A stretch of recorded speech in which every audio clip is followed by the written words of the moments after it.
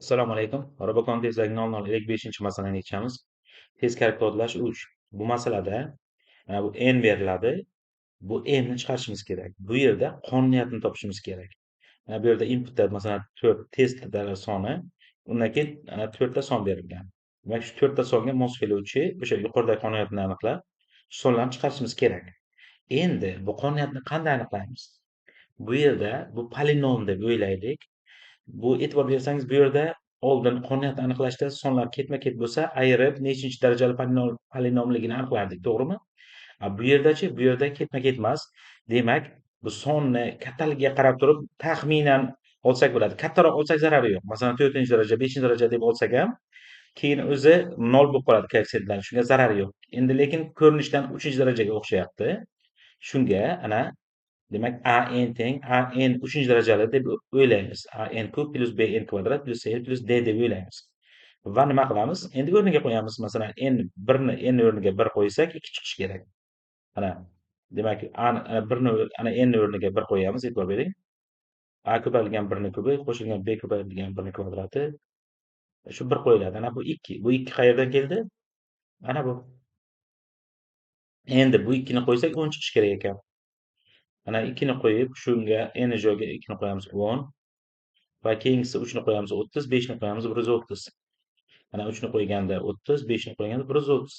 Endi bularni ixchamlab olsak ana, ya'ni ana A plus B plus C 1 bo'lganiga teng 2.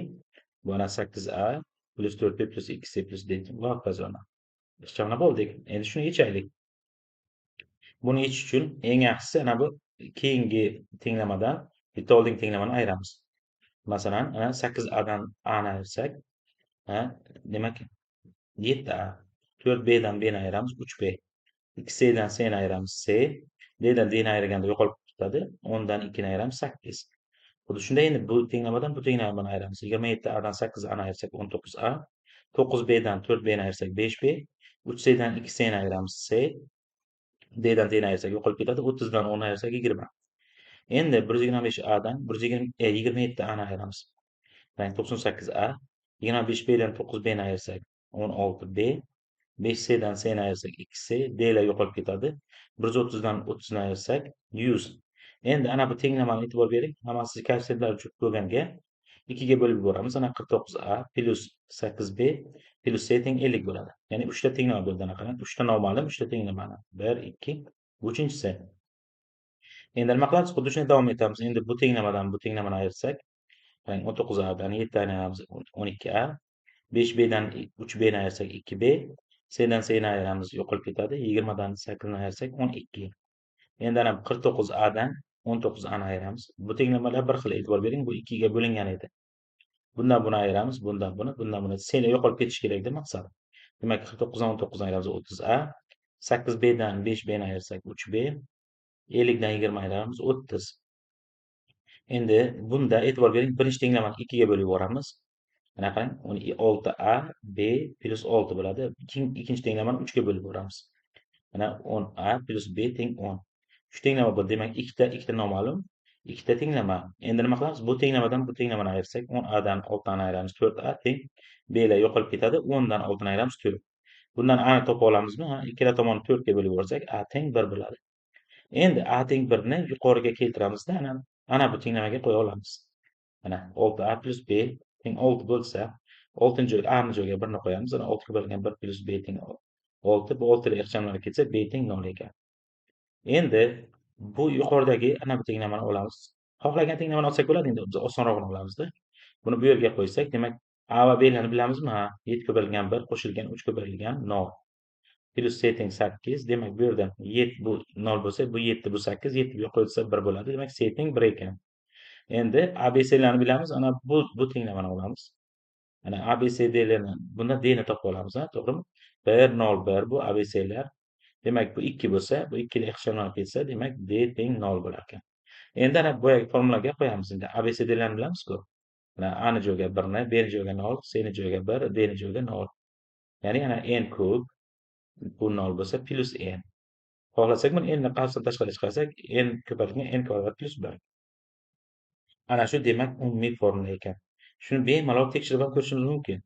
Demak, ana shu sonni kvadratni ko'p o'ziga ko'paytiramiz. Kvadrat plus 1. Demak, 1 ni kvadrati 1 qo'shamiz 2, 2 kara 1 2. Ana 2 ni kvadrati 4, 4 ga 1 ni qo'shamiz 5, 5 kara 2 10. 3 ni kvadrati 9, 9 ga 1 ni qo'shamiz 10, 10 kara 3 30. To'g'ri kelyapti? 5 ni kvadrati 25, 1 ni qo'shamiz 26, 26 kara 5 130. Ana va hokazo. Demak, to'g'ri kelyapti. Nima qilamiz endi? N ni o'qib olamizda, ana shuni hisoblab chiqaramiz xolos. Mana bu yerda testlar soni bor. O'sha testlar sonini o'qib olib, nechta son bo'lsa, o'shaning uchun ana shuni hisoblab chiqaramiz. Ana shu formulaga qo'yib chiqaramiz.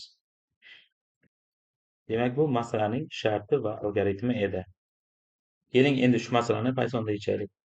Demak, birinchi testlar sonini o'qib olishimiz kerak ana. Demak, testlar deylik. Inputga o'girib olamiz. Input. Endi takrorlash operatori o'sha testlar marta takrorlanadi. Testlar. Endi har safar n ni o'qib olamiz. Mana xuddi inputda bo'ladi, shunday o'qib olsak bo'ladi. Va natija nima bo'ladi? Nima dedik? N ni kubi plus n dedik, to'g'rimi? Mana n ni kubi plus n. Va natijani chiqaramiz. Mana bo'ldi, tamom. Shuni ishlatib ko'raylik endi. Mana buni nusxa olamizda. Demak, mana 130, 222, 738, 21, 480 ekan. 130, 222, 738, 21, 480. To'g'ri. Demak, buni olib endi baholash uchun yuboramiz. Va bu yerdan Python tilini tanlab yuborishni bosamiz. Testlardan o'tyapti.